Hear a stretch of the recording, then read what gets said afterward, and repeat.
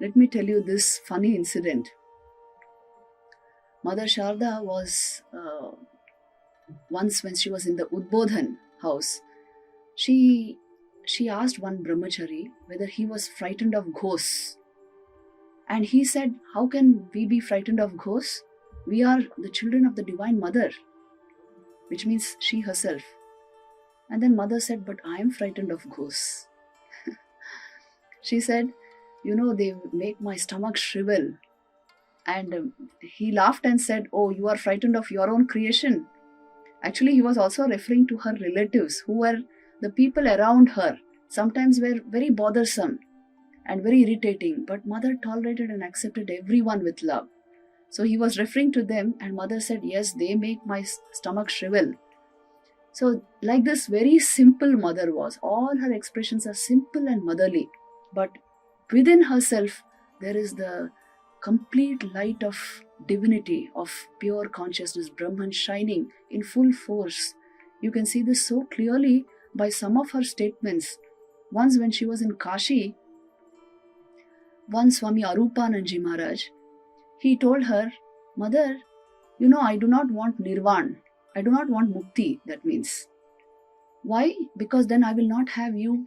I always want this relationship of mother and son with you. So I don't want nirvan. And mother suddenly said, my foolish boy, you do not know the nature of God is nirvan. Which means my real nature is nirvan.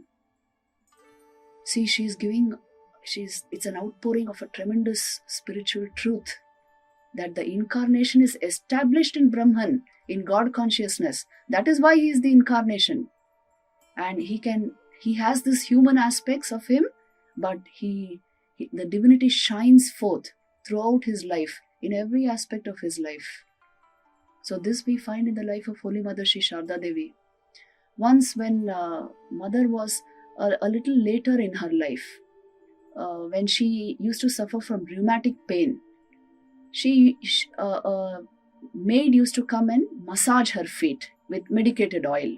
So that maid's name was Kamini. She would come daily and massage mother's feet, and mother would sit with her feet outstretched, as you see in the photo which we keep in our dining halls. So mother would sit like that and she would massage the feet. Now one day a devotee entered mother's room when this was going on, and mother suddenly turned towards that devotee and said, the body is one thing, the mind is another thing, and the soul is another thing. But that soul pervades this body-mind complex. That is why I feel pain here.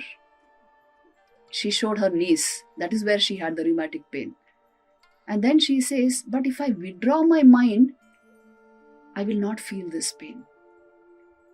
See, the whole of Vedanta is there in this incident. The soul, the spirit, that is manifesting through this body and mind. It pervades the body and mind. But you have the capacity to withdraw the mind in such a way that it turns towards its own source, towards its divinity. And you can remain completely oblivious of the body-mind complex whenever you wish to be. This capacity the human mind has, because in your essential nature, you transcend the body-mind complex. She is giving out these utterances, these great philosophical truths in such simple ways, you see. This is how she explained this profound truth of Vedanta to this devotee. So in mother's life, you find such remarkable incidents. Take any of her messages and you will see the profundity of it. She once said, there is no treasure equal to contentment and no virtue equal to fortitude. Check your life and see, isn't this true? This is true of every human life. At some point in our life, we understand the truth of this. There is no treasure equal to contentment, because no matter what you bring into your life, after some time, the mind will be saying, what more? What more is there? So that is why contentment is to be practiced, and fortitude, deep inner strength, resilience, deep inner courage, this is to be practiced. And these are the actual treasures of life, Mother says. Profound teaching in such simple words. Her last teaching is a real blessing. It's a great message for all of us. If you want peace of mind, do not find faults with others. Rather, see your own faults. Learn to make the whole world your own. No one is a stranger, my child. The world is yours. This was Mother's last teaching, which she gave to a woman devotee. You see, these words are potent with meaning and so relevant to our lives. If you want peace of mind, check and see if you have this tendency to find faults and to any form of negativity. If it rules your mind, you will not have peace of mind. Rather, she says, see your own faults and learn to make the whole world your own. That is why love, kindness, service, these are not options. These are the ways of good living.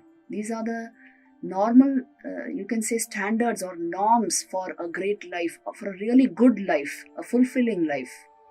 So Mother's last message encapsulates the essentials of human fulfillment. And that is why each word of hers is very important. They are actually sentences meant for meditation. If you want peace of mind, do not find faults with others. This is meant for meditation. And that is why Mother's life and message are intertwined. In her own life, what she practiced, that came out of her mouth. And her own life shows, you can say, the very essence of our scriptures. In one incident, Mother tells us, let me tell you this incident and finally conclude this talk. This was the message which she gave to Swami Shantananji Maharaj, who was a great sadhu of the Ramakrishna order. He was a disciple of Holy Mother Sri Sarada Devi. So once she told him, look, my son, if there is any crisis in your life, do one thing. Deeply think of me. Go into solitude. Cut off from everything. Dive into your japa and meditation. Deeply pray to me. Keep your body and mind pure. And dive into spiritual practice. And if you deeply pray to me, if you are able to connect with me, you will get my response. Do not distract yourself for a few days, but dwell on this, on your japa and your meditation, your spiritual practice. And still if you do not get my response, please see that your mind has not risen to the level from where you can hear my command, because I will definitely respond. One who prays to me wholeheartedly will definitely receive my response. You must lift your mind to that level. Now this teaching of Mother, it is something which all of us need, which all of us can practice in our lives. Whether there is any crisis or not, if you lift your mind to Mother, that itself will answer all your queries, will bring deep peace within you.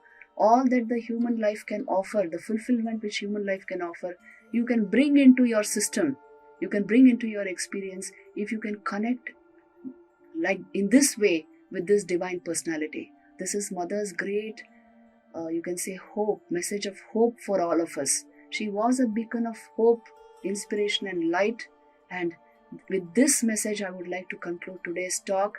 Let us pray to Holy Mother Sri Sarada Devi that these beautiful incidents of her life and her inspiring messages come live in our own lives, and we are able to tread her path, follow in her footsteps towards the supreme ideal of life. Om Shanti Shanti Shanti. Jai Ma.